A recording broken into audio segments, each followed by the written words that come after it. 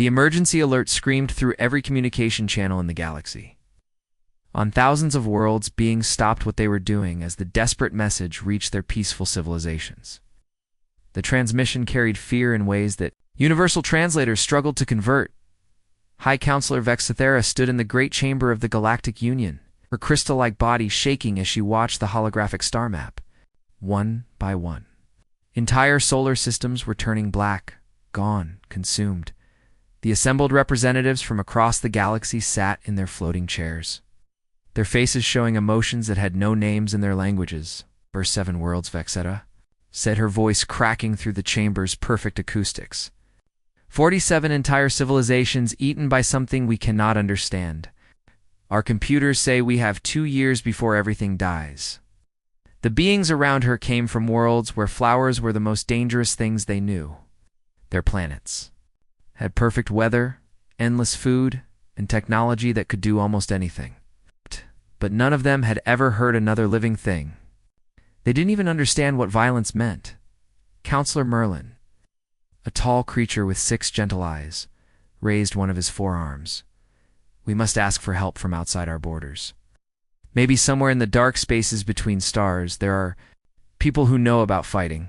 The other counselors made soft sounds of agreement. What choice did they have? Their ships could travel faster than light, their medicine could cure any disease, their computers could predict the future. But when monsters came to eat them, they had no idea what to do. The message went out that same day, broadcast on every frequency their technology could reach. "This is the Galactic Union calling anyone who can hear us. We are going to die. Something terrible is eating our worlds, and we don't know how to stop it. We need warriors. We need fighters. We'll give you anything we have if you can help us." Most civilizations that received the plea simply deleted it. Fighting was something primitive. Creatures did. Surely intelligent beings would find a peaceful solution. War was barbaric, something left behind when species learned to think properly. But 27,000 light-years away, on a small blue and green world that orbited a yellow star, the message reached very different ears. Admiral Jin sat in his office in Seoul, reading the translated message for the 3rd time. Unlike the peaceful aliens, he came from a world where 99% of all life forms had gone extinct, where earthquakes could destroy cities, where storms could sink ships, where creatures hunted other creatures every single day just to survive. Earth had spent its entire history fighting. Fighting nature, fighting each other, fighting too simply. Stay alive on a planet that seemed determined to kill everything on it. Humans knew about war because they had never known anything else. Jin picked up his secure communication device and smiled. After centuries of wondering if humans were alone in the universe, they had finally received the most important job application in galactic history. The galaxy needed warriors. Earth had been making them for 200,000 years. "Lieutenant." He burst through the doors of Admiral Jin's office without knocking, something he had never done in his 15 years of service. His hands were shaking as he carried the data. Pad and sweat beaded on his forehead despite the cool morning air flowing through the Seoul Command Center. "Sir, you absolutely need to see this right now," you said, his voice tight with excitement and disbelief. The deep space monitors picked up something incredible. Jin looked up from his morning briefing reports. In 3 decades of military service, he had seen you panic exactly once, during the asteroid crisis of 2387. If he was this worked up, something big was happening. The holographic display flickered to life, showing the alien message in all its desperate glory. Images of dead worlds floated in the air between them, entire solar systems that had been consumed by something the aliens called the Void Swarm. Jin watched the translation scroll past, reading about civilizations that had never known war, never understood violence, never even imagined that such things existed. "How long ago did we receive this?" Jin asked, his voice steady, despite the magnitude of what he was seeing. 18 minutes ago, sir. The signal is still broadcasting on every frequency. They're really desperate." Jin studied the technical data attached to the message. The aliens. Ships could bend space and time. Their cities floated in the air. Their medicine could apparently bring the dead back to life.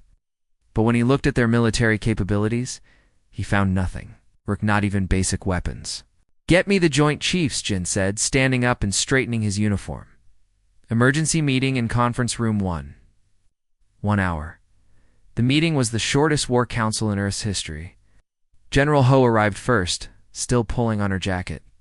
From the army base across the city, Admiral Min came next, having driven straight from the naval yards where he had been inspecting the new deep space patrol ships. General Ri walked in last, her Space Force uniform perfectly pressed despite being woken up at 5 in the morning. Jin played the alien message without introduction. The room fell silent as they watched world after world disappear from the galactic map. When it finished, Ho was the first to speak. "Their technology is centuries beyond ours," she said, scrolling through the technical specifications.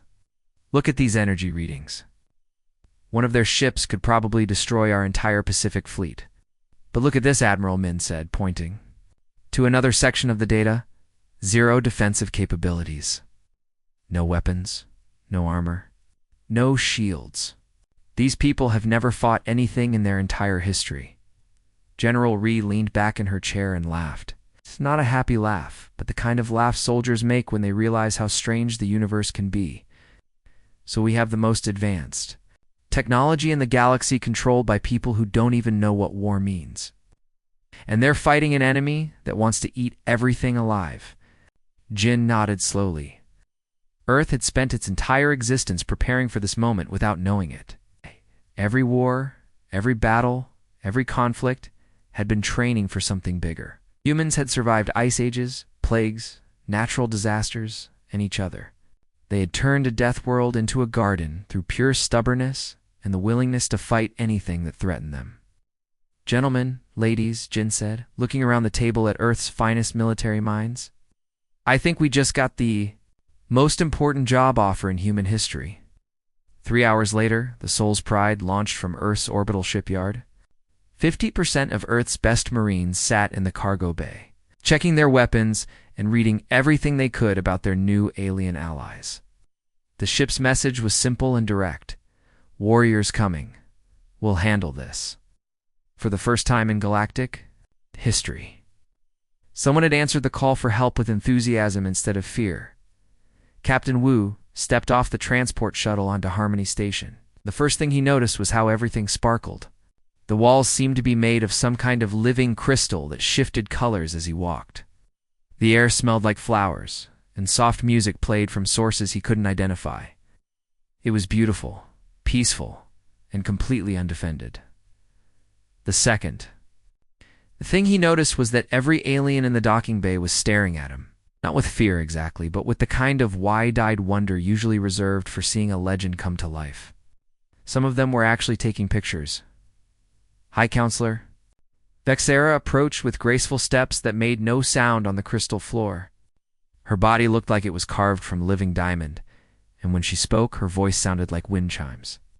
"Welcome, warriors of Earth," she said, though her translator seemed to have trouble with the word warrior, making strange clicking sounds before settling on something that roughly meant professional conflict resolver. "We are deeply grateful that you answered our call for assistance." Lieutenant Anna stepped forward, her trained eyes automatically scanning the area for threats. "In defensive positions?" What she saw made her frown. "Counselor, where are your security checkpoints?" "Our what?" "Your defensive positions, guard posts? Weapon scanners?" Na pointed to the massive transparent walls that offered a stunning view of space. "These windows are beautiful, but where are the blast shutters?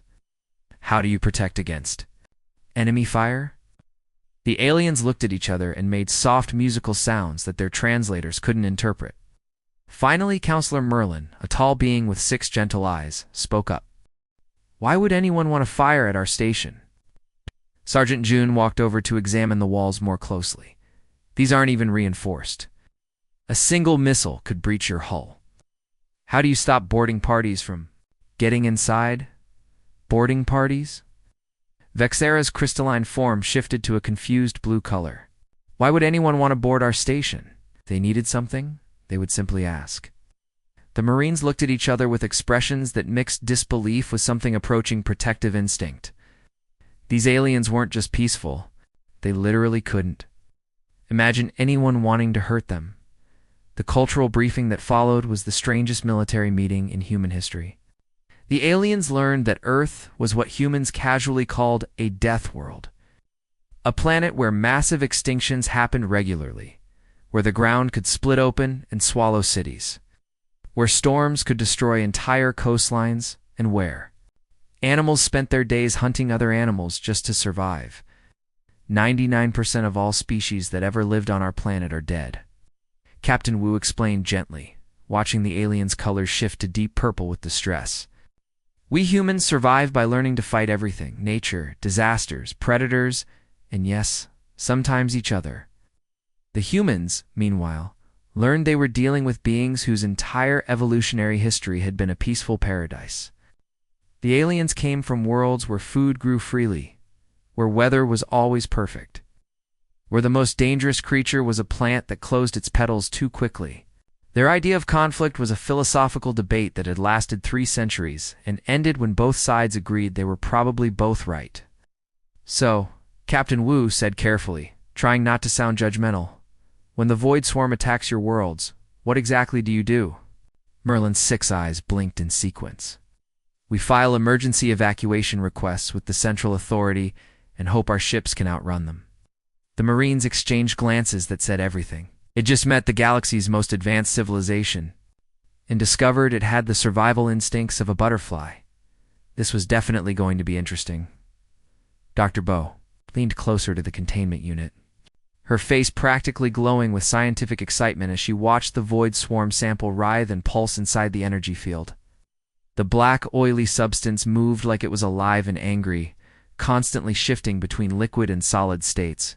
Around her, the alien research team huddled behind 3 separate force fields, their various forms trembling with what could only be described as pure terror.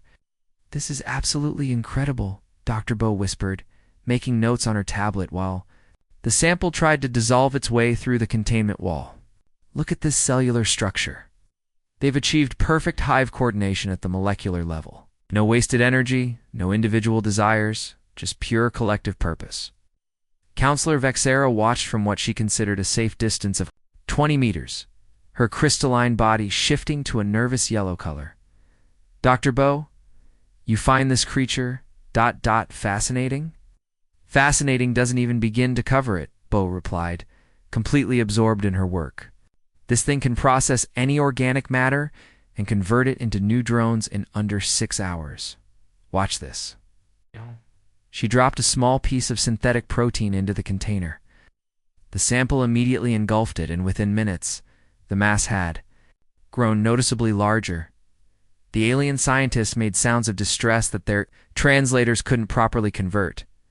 Dr. Bo made sounds of scientific appreciation that sounded suspiciously like a person admiring a well-designed machine.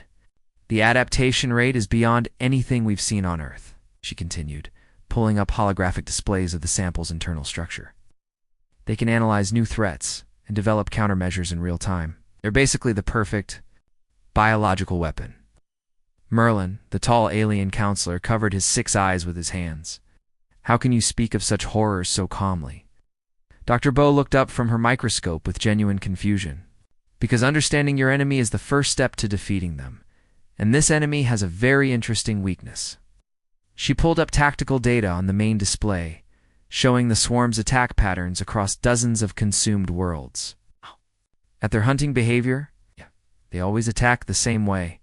Swarm in overwhelming numbers, process any resistance, consume everything organic, then move on. It's incredibly efficient. Colonel Tay stepped forward, studying the data with the practiced eye of someone who had spent 20 years learning how to kill things that wanted to kill him. They've never adapted their tactics. "Exactly," Dr. Bo said, practically bouncing with excitement. "Every species they've encountered has done the same thing. Run away or hide and hope the swarm gets bored. They've never faced organized resistance. So they're used to hunting sheep," Colonel Tay said flatly. "Perfect analogy. They've optimized their entire strategy around prey that either flees or freezes when threatened. They've no experience dealing with predators that fight back." Behind them, the Marines were cleaning their weapons with the kind of methodical care that spoke of long experience with dangerous work. The sound of metal on metal filled the lab as they prepared for a type of warfare the galaxy had never seen. "The thing is," Dr. Bo said, holding up another sample that was trying to eat through a diamond-hard containment field, "we're not sheep." Colonel Tay watched his Marines work and smiled grimly. "No, we're definitely not sheep. We're the thing that eats the things that eat sheep." For the first time in galactic history, the Void Swarm was about to learn what happened when an unstoppable force met an unmovable object with anger. Management issues. The mission briefing had been crystal clear. Reconnaissance only. Get close. Enough to observe a Void Swarm advance fleet, gather intelligence data, and return safely to base. No engagement. No heroics. Just watch and learn. The plan lasted exactly 4 minutes and 37 seconds. Corporel been crouched behind the rocky outcrop on the barren moon, his scanner picking up movement in the asteroid field ahead. What had started as a routine observation, mission was about to become something very different. Through his scope, he could see the swarm ships moving like a dark cloud through space, heading straight for the inhabited system beyond. "Contact," Ben reported into his comm unit, his voice carrying the calm tone of someone who had trained for this moment his entire adult life. "Looks like they found us." One count, approximately 1,000 drones, moving fast. From their hidden position among the moon's craters, Sergeant Q watched the swarm of black, writhing creatures heading directly toward their team. Any sane military force would have immediately ordered a retreat. The odds were hopeless. 22-1 against. Creatures that could dissolve metal with their touch. "Outstanding," Q replied with genuine enthusiasm.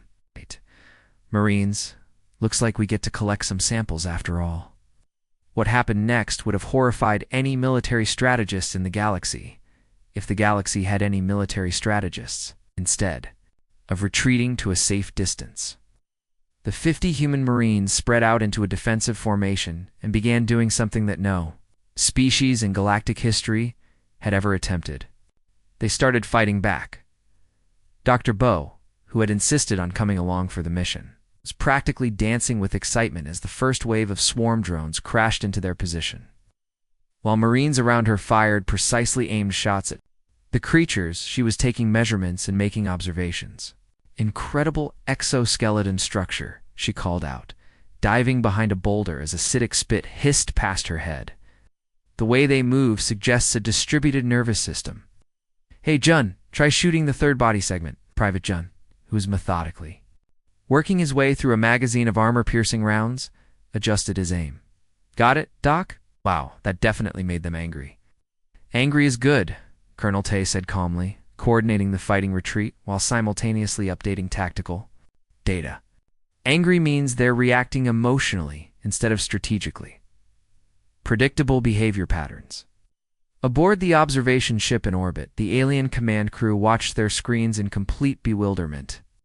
The humans weren't just fighting the cosmic horrors that had consumed 47 worlds. They were laughing. Actually laughing while collecting biological samples and updating their tactical databases. Do they not comprehend the mortal danger they face? Counselor Merlin asked, his 6 eyes wide with disbelief. Admiral Jin, monitoring the situation from the command deck, smiled as he watched his Marines turn a reconnaissance mission into an impromptu field biology lesson. They understand the danger perfectly. They just think danger is educational. Down on the moon's surface, the Marines were learning that Void Swarm drones had 3 major weak points, could be confused by rapid direction changes, and made a very distinctive sound when their exoskeletons cracked. It was, as Sergeant Q noted while reloading, exactly the kind of information that would be very useful in future engagements. The galaxy was about to learn that humans didn't just fight to survive. They fought to learn how to fight better. Something strange started happening across the galaxy. Something that the alien psychologists couldn't explain and their computers couldn't predict. It began small, with individual aliens making decisions that their own species considered completely irrational. High Counselor Vexthera was the first to do something that shocked the entire Galactic Union. When the emergency evacuation order came for Harmony Station, as a massive swarm fleet approached the system, she simply refused to leave. "I will not," "Abandon the humans," she announced to the evacuation coordinator, her crystalline form glowing with stubborn determination. "They chose to stay here and protect us. We will stay with them." The evacuation coordinator, a being whose species had perfected logical thinking over millions of years, was completely baffled. "Counselor, this decision serves no practical purpose. Your presence here does not improve our defensive capabilities." "I know," Vexthera replied, "but they are our humans now. We do not abandon family." Dr. So, the mission psychologist who had come with a human expedition, started documenting what she was seeing with growing fascination. Aliens from dozens of different species were displaying behavior that had never been recorded in their evolutionary history. "It's not just gratitude," she explained to a confused alien medical team. "Humans form what we call pack bonds. When humans accept you into their group, they will protect you with their lives. And somehow, that instinct is triggering dormant social responses in species that evolved beyond tribal connections millions of years ago." The phenomenon spread like wildfire across the galaxy. On Station 7, an alien engineer named Plixandra refused transfer orders because she wanted to stay with her Marines. On the Outer Rim colonies, entire alien communities began requesting specific human defense units by name. They stopped saying the humans and started saying our humans. Most remarkably, the aliens began developing protective instincts toward their human defenders. Beings who had never felt the urge to protect anything stronger than a flower were suddenly standing guard and worrying about human safety.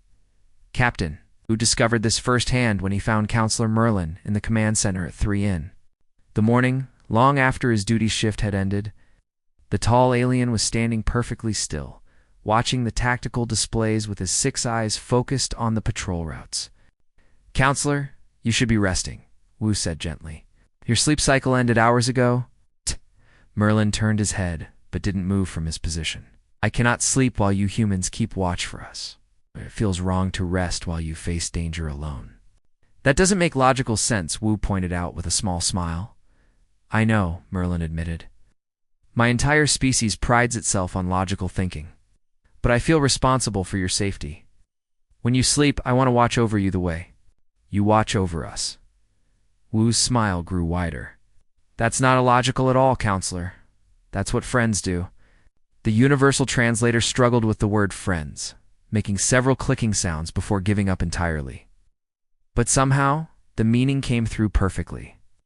Across the galaxy, 2 very different kinds of beings were learning that some bonds transcend species, logic, and evolution itself. The pack was growing. It included everyone willing to stand together against the dark. Engineering Chief Han walked into the medical bay with the confident stride of someone who had spent 20 years turning ordinary things into extraordinary weapons. He stood before the gleaming alien healing device, cracked his knuckles, and studied it like a puzzle waiting to be solved. "So this machine can rebuild organic matter at the cellular level?" he asked, running his hands along the smooth surface. "Plixandra?" The station's chief engineer nodded nervously. Her species had spent thousands of years perfecting this technology to save lives. "Yes, but it is designed exclusively for healing. It repairs damaged tissue and cures diseases.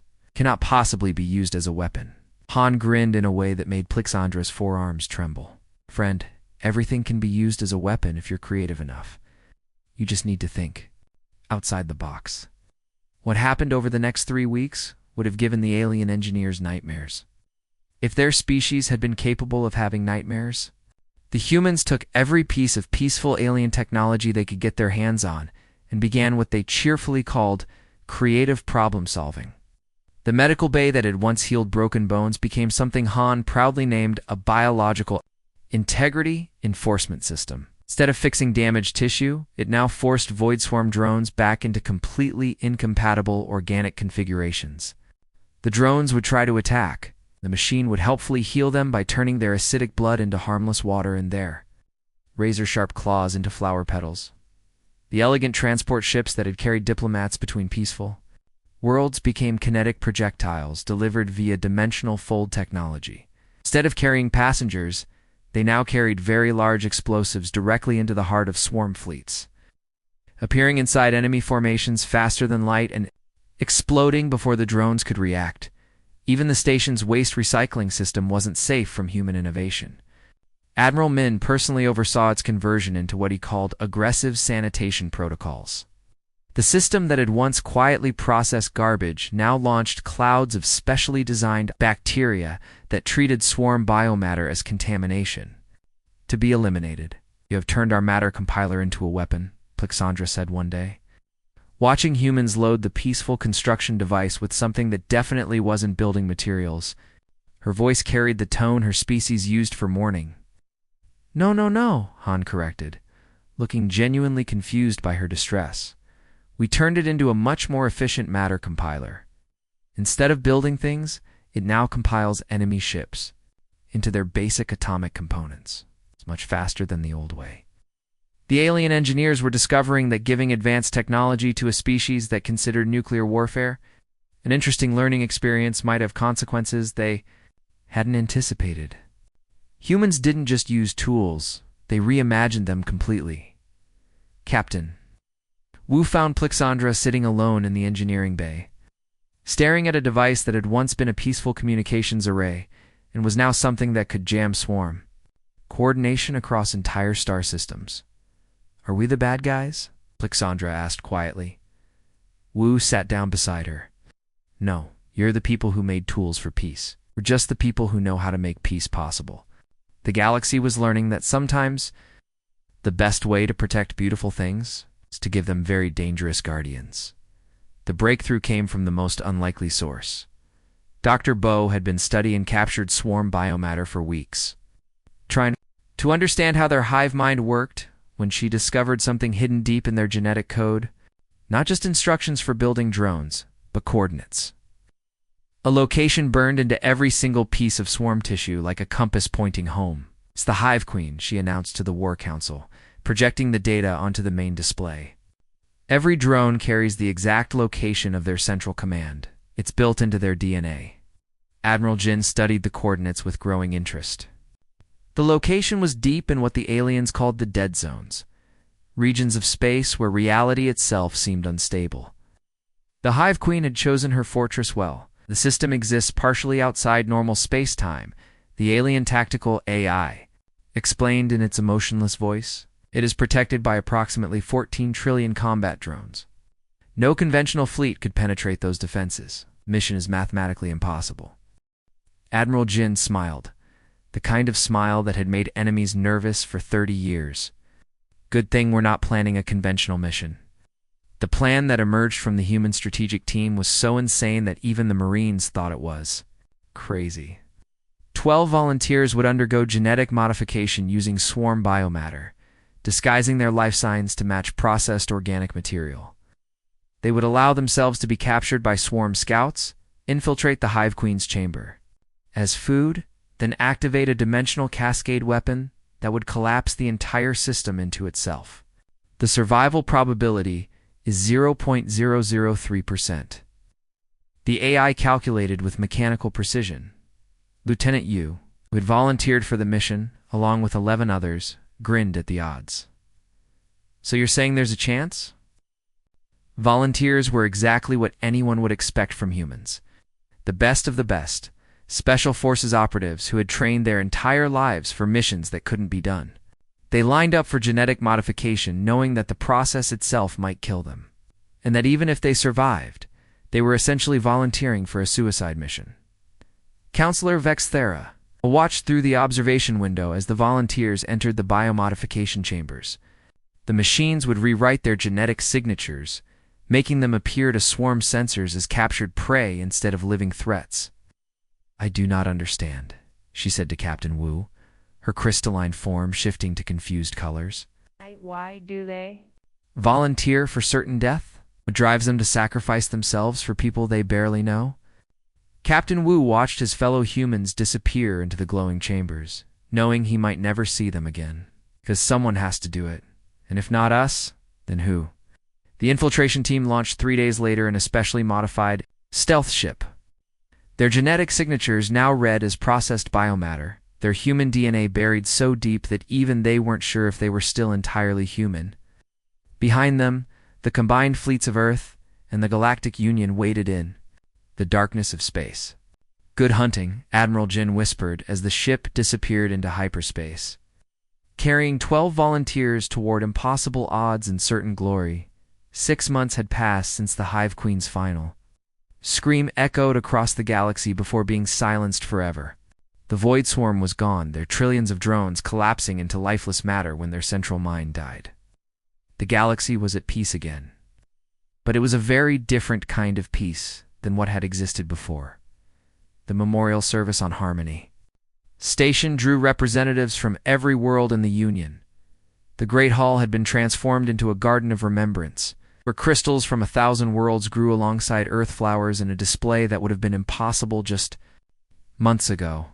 The ceremony honored not just the human volunteers who had died in the Hive Queen's chamber, but also the aliens who had learned to stand and fight alongside their human protectors. High Counselor Vextera stood before the assembly, her crystalline form now carrying new colors that hadn't existed in her species before. Colors that their linguists were calling courage and determination. "Today, we dedicate this memorial not just to those who gave their lives," she said, her voice carrying to every corner of the station, "but to the day we learned that heroes are not born into this universe. They choose to answer when the call comes." The real celebration, however, was happening in the memorial garden, where something unprecedented was taking place. Human children were playing with alien youngsters, teaching them games with names like Capture the Flag and King of the Hill. What looked like innocent play was actually the foundation of the new Galactic Defense Corps training program.